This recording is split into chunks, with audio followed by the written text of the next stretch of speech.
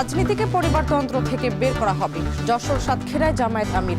নির্বাচনী জনসভায় যোগ দিতে ময়মনসিংহের পথে তারেক রহমান।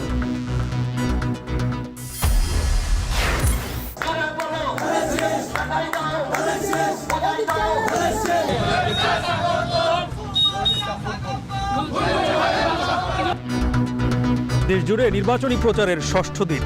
ভোট টানতে মরিয়া স্বতন্ত্র সহ বিভিন্ন দলের প্রার্থীরা। পাল্টাপাল্টি অভিযোগ আর প্রতিশ্রুতি। গণভোটের পক্ষে বিপক্ষে সরকারি কর্মকর্তাদের প্রচার না চালানোর নির্দেশনা।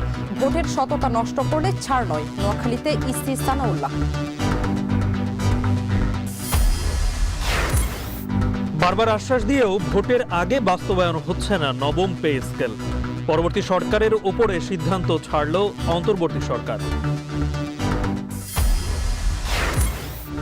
এবং ডাকসু নিয়ে আপত্তিকর মন্তব্যের জেরে বরগুনার জামায়াত নেতাকে অব্যাহতি। নিজ দলের প্রার্থীকে কটূক্তি করায় নাটোর বিএনপির সদস্য বহিষ্কার।